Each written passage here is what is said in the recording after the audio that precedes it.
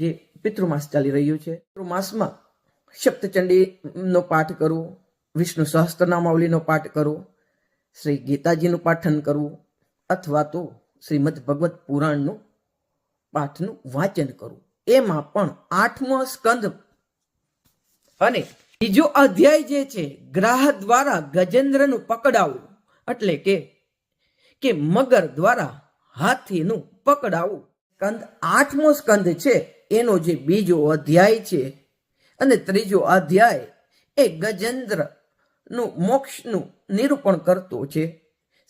તો આનું પઠન કરવું એ પણ બહુ જ સારું કહેવામાં આવેલું છે. તો હું આજે આપ લોકોની સાથે ગ્રાહ દ્વારા ગજેન્દ્રનું પકડાવું એ વિષયનું જે અધ્યાય છે એ હું તમારી સાથે મારી શક્તિ પ્રમાણે, મારા જ્ઞાન પ્રમાણે હું એનું વાંચન કરીશ અને આપણે સર્વ આપણા પિતૃઓની સદગતિ પ્રાપ્ત થાય અને એને આત્માઓને શાંતિ મળે એ માટે આને આપણું સ્મરણ કરશું. જય શ્રી કૃષ્ણ. તુંડ મહાકાય સૂર્યકોટી સમપ્રભ નિર્વિઘ્નમ કુરુ મે દેવા સર્વકાર્યેષુ સર્વદા. બોલો શ્રી ગણપતિ ગજાનન મહારાજ કી જય. कृष्ण कन्हैया लाल की जय. भगवत गीता मात की जय. अपने अपने माता पिता की जय. अपने अपने गुरुजनों की जय. सत्य सनातन धर्मनी जय. गणेशाय नमः. સ્કંદ 8મો અને બીજો અધ્યાય, ગ્રાહ દ્વારા ગજેન્દ્રનું પકડાવું. ગ્રાહ એટલે કે મગર, મગર દ્વારા ગજેન્દ્ર એટલે કે હાથીનું પકડાવું. શ્રી સુખદેવજીએ કહ્યું કે હે પરીક્ષિત, ક્ષીર સમુદ્રમાં ત્રિકુટ નામે એક પ્રસિદ્ધ સર્વ સમૃદ્ધિઓથી યુક્ત શ્રેષ્ઠ પર્વતો હતા.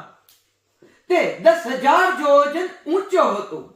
તેની ચારે તરફની લંબાઈ પહોળાઈ એટલી જ હતી. તેના રજત, લોહ અને સુવર્ણ ના 3 શિખરોથી શોભાથી સમુદ્રો, દિશાઓ અને આકાશ જગમગતા રહેતા હતા. બીજા પણ તેના કેટલાય એવા શિખરો હતા કે જેઓ રત્ન અને ધાતુઓની રંગબેરંગી શોભા દર્શાવતા રહીને બધી જ દિશાઓને પ્રકાશિત કરી રહ્યા હતા. તે શિખરો પર વિવિધ જાતના વૃક્ષો, વેલીઓ, ઝાડીઓ હતા. તે ત્રિકુટ પર્વત ઝરણાઓના કલકલ ધ્વનિથી ગુંજતો રહેતો હતો.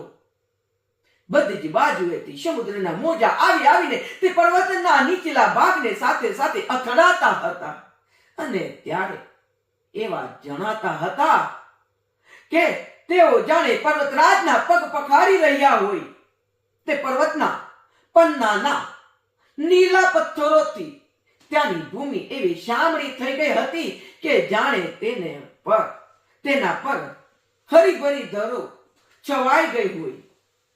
તેની ગુફાઓમાં સિદ્ધો, ચારણો, ગંધર્વો, વિદ્યાધરો, નાગો, કિન્નરો, અપ્સરાઓ વગેરે વિહરતા રહેતા હતા અને તેમના સંગીતનો ધ્વનિ શિલાઓ સાથે અફડાઈને ગુફાઓમાં ગુંજતો રહેતો હતો. ત્યારે મોટા મોટા ગર્વિષ્ઠ સિંહો તેને બીજા સિંહની ગર્જના સમજીને સહી શકતા ન હતા અને પોતાની ગર્જનાથી તે દબાવી દેવા માટે વધુ જોરથી ગર્જના કરવા લાગતા હતા. તે પર્વતની તળેટી જાતના જંગલી પશુઓના ટોળામાંથી શોભતી રહેતી હતી. અનેક પ્રકારના વૃક્ષો, ભરપૂર દેવોના ઉદ્યાન, સુંદર સુંદર પક્ષીઓ મધુર કલરો કરતા રહેતા હતા. તે પર્વતમાં ઘણી નદીઓ, સરોવરો પણ હતા. તેમનું પાણી ઘણું નિર્મળ હતું અને તેમના કાંઠે મણિઓની વેળુકા એટલે કે રેતી ચમકતી રહેતી હતી. તેમાં દેવાંગનાઓના સ્નાન કરતી હોવાથી તેથી તેમનું પાણી અત્યંત સુગંધિત થઈ ગયું હતું. તે સૌરભ લઈને શીતળ પવન લહેરાતો રહેતો હતો. તે પર્વતની તળેટીમાં ભગવાનના પ્રેમી મહાત્મા વરુણ ભગવાનનું એક ઉદ્યાન હતું. તેનું નામ ઋતુમાન હતું. તેમાં દેવાંગનાઓ ક્રીડા કરતી રહેતી હતી. તેમાં ચોતરફ ફળ ફૂલથી ભરપૂર દિવ્ય વૃક્ષો શોભી રહ્યા હતા. તે ઉદ્યાનમાં મંદાર, પારિજાત, ગુલાબ, આશોપાલવ, ચંપા અને પ્રકારના આંબા, પ્રિયાલ, ફણસ, આંબલી, સોપારી, નાળિયેરી, ખજૂરી, લીમડી, મહોડો, શાલ, તાડ, કમલ, અશન, અર્જુન, અરીઠા, ઉમરો, અંજીર, વડ અને પલાશ, ખાખરા, કેસુડા, ચંદન, લીમડા, કાંચનારા, શરૂ, દેવદા, દ્રાક્ષ, શેરડી, કેળ, જાંબુડી, બોરડી, રુદ્રાક્ષ, હરડે, આમળા, બિલ્લી, કેળા, લીંબુ, ભીલામાં વગેરે વૃક્ષો લહેરાતા હતા. તે ઉદ્યાનમાં એક ઘણું વિશાળ સરોવર હતું અને તેમાં સોનેરી કમળો ખીલી રહ્યા હતા. બીજા પણ વિભિન્ન પ્રકારના કુમુદ, પ્રહલાદ, શતદલ વગેરે કમળોની અનોખી શોભા કરતી રહેતી હતી. બ્રહ્મરો ગુંજા કરી રહ્યા હતા. મનોહર પક્ષી કલરો કરી રહ્યા હતા. હંસ, કારંડવ, ચક્રવાક અને સાસ રસના ટોળે ટોળા ઉભરતા રહેતા હતા. જલકૃટ, બતક, બપૈયા કુકુક ધ્વનિ કરી રહ્યા હતા. માછલીઓ અને કાચબાઓની દોડા દોડીઓથી કમળના ફૂલ પાણીથી હાલી જતા હતા, જેથી તેમની પરાગ ખરી પડીને પાણીને સુંદર અને સુગંધિત બનાવી દેતી હતી. કદમ, નેતર, નરકુક, કંદ, બવેલી, વાંસ વગેરે વૃક્ષોથી તે ઉદ્યાન ઘેરાયેલો હતો. કુંદ, કુર્બક, આશોપાલવ એટલે કે અશોક, શિરીષ, વનમાલિકા, હિંગોરી, કુજબક, શોનજુઈ, નાગ, પુન્નાગ, જાતિ, મલ્લિકા, શતપત્ર, માધવી, મોગરો વગેરે વૃક્ષ પુષ્પ વૃક્ષોથી તેમજ પ્રત્યેક ઋતુમાં લીલાછમ રહેતા બીજા પણ વૃક્ષો તે સરોવરને શોભતું હતું. તે પર્વતના ઘોર જંગલમાં ઘણી બધી હાથણીઓ સાથે એક ગજેન્દ્ર રહેતો હતો. તે મોટા મોટા શક્તિશાળી હાથીઓનો સરદાર હતો. એક દિવસ તે ગજેન્દ્ર તે પર્વત પર પોતાની હાથણીઓ સાથે કાંટાળા, કીચક, વાંસ, નેતર વગેરેની ગીચ ઝાડીઓ અને વૃક્ષોને રગોડતો ટહેલી રહ્યો હતો. તેની ગંધથી જ સિંહ, હાથી, વાઘ, ગેંડા વગેરે હિંસક પશુઓ, સર્પો તથા ચિત્તા, ગોરા કાળા હરણ, ચમરી ગાયો વગેરે ભયભીત તેને ભાગી જતા હતા. અને તેની કૃપાથી વરુ, શુવર, પાડા, રીંછ, શાહુડી, લંગુર તથા કૂતરા, વાંદરા, હરણ, સસલા વગેરે પ્રાણીઓ સર્વત્ર નિર્ભયપણે ફરી રહ્યા હતા. તે ગજેન્દ્રની પાછળ પાછળ હાથીઓના નાના બચ્ચા દોડી રહ્યા હતા. મોટા હાથીઓ અને હાથણીઓ પર તેને વીંટળાઈને ચાલી રહ્યા હતા. તેની ચાલના ધમકારાથી પહાડ એકવાર તો કંપી ઉઠતો હતો. તેના ગંધ સ્થળમાંથી જળતા મધનું પાન કરવા ભમરાઓ તેની સાથે સાથે ઉડી રહ્યા હતા. મધને લીધે તેની આંખો ચંચળ થઈ રહી હતી. ઘણો તીવ્ર તડકો હોવાથી તે વ્યાકુળ થઈ ગયો અને તેને તથા તેના સાથીઓને તરસ પણ પીડવા લાગી.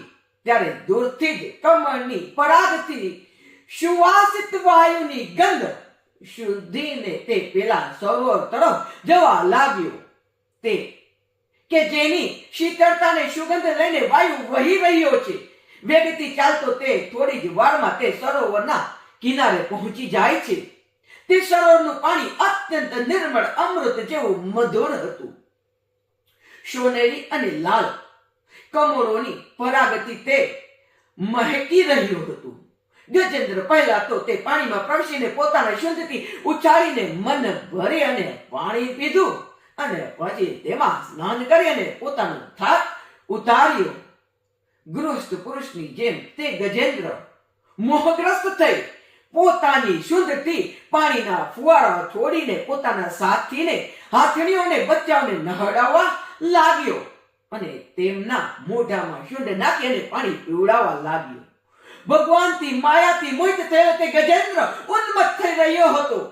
તે બિચારાને એનો ખ્યાલ જ ન હતો કે મારે માથે ઘણું મોટું સંકટ તોડાઈ રહ્યું છે. હે રાજેન્દ્ર, ગજેન્દ્ર જે સમયે આટલો ઉન્મત્ત થઈ રહ્યો હતો ને તે સમયે પ્રારબ્ધની પ્રેરણાથી એક બળવાન ગ્રાહ એટલે કે મગરે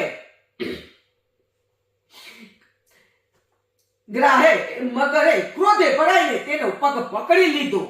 આ પ્રમાણે અચાનક સંકટમાં ફસાઈને તે બળવાન ગજેન્દ્ર તેની શક્તિ અનુસાર પોતાને છોડાવવા માટે ઘણો પ્રયત્ન કર્યો, પરંતુ છોડાવી શક્યો નહીં. બીજા હાથીઓ, હાથણીઓ અને બચ્ચાઓ જોયું કે તેમના સ્વામી બળવાન ગ્રાહ ઘણા વેગથી ખેંચી રહ્યો છે અને તેને ઘણો ભયભીત થઈ રહ્યો છે. ત્યારે તે બધાને ઘણું દુઃખ થયું અને તેઓ ભારે વ્યાકુળતાથી ગરજવા લાગ્યા. ઘણા તેને મદદ પહોંચાડીને પાણીમાંથી બહાર કાઢવા ઈચ્છ્યું, પરંતુ એમાં તેઓ અસમર્થ જ રહ્યા.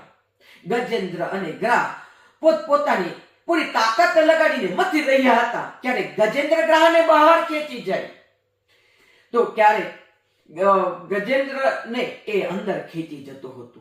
હે રાજન, આ પ્રમાણે લડતા 1000 વર્ષ વીત્યા અને તે બંને જીવતા રહ્યા. આ ઘટના જોઈ દેવો પણ આશ્ચર્ય પામ્યા. છેવટે ઘણા દિવસો સુધી વારંવાર પાણીમાં ખેંચાઈ જવાથી ગજેન્દ્રનું શરીર શિથિલ થઈ ગયું. ન તો તેનામાં શરીરમાં બળ રહ્યું કે ન તો રહી મનમાં હિંમત. શક્તિ પણ ક્ષીણ થઈ ગઈ. ગ્રાહ તો રહ્યો જળચર, તેથી તેનું બળ ક્ષીણ થવાને બદલે વધી ગયું. તે ઘણા ઉત્સાહથી વિશેષ બળ લગાડીને ગજેન્દ્રને ખેંચવા લાગ્યો. દેહાભિમાની ગજેન્દ્ર આ પ્રમાણે પ્રાણોના સંકટમાં આવી પડ્યો અને પોતાને છોડાવવા સર્વથા અસમર્થ બની ગયો. ઘણા સમય સુધી તેણે છુટકારો મેળવવાનો ઉપાય વિચાર કર્યો અને આખરે તેણે આ નિશ્ચય કર્યો કે આ ગ્રહ વિધાતાનો જ ફંદો છે. એમાં ફસાઈને હું આતુર થઈ રહ્યો છું. જ્યારે મને મારી બરાબરીના હાથીઓ પણ આ સંકટમાંથી ઉગારી શકતા નથી, તો બિચારી આ હાથણીઓ તો છોડાવી જ શકે મને કેમ? તેથી જ હવે હું સમસ્ત વિશ્વના એકમાત્ર આશ્રય ભગવાનનું જ શરણ લઉં. કાળ ઘણો જ બળવાન છે. તે સાપની જેમ ઘણા પ્રચંડ વેગથી બધાને ગળી જવા માટે ઘસતો જ રહે છે. એનાથી અત્યંત ભયભીત થઈને જે કોઈ ભગવાનના શરણે જાય છે તેને તે પ્રભુ જરૂર બચાવી જ લે છે. એમનાથી ભયભીત થઈને મૃત્યુ પણ પોતાનું કામ કરવા માટે દોડતું હોય છે. તે જ પ્રભુ સૌના આશ્રયને હું તેમનું શરણ લઉં છું. ઇતે શુભમ.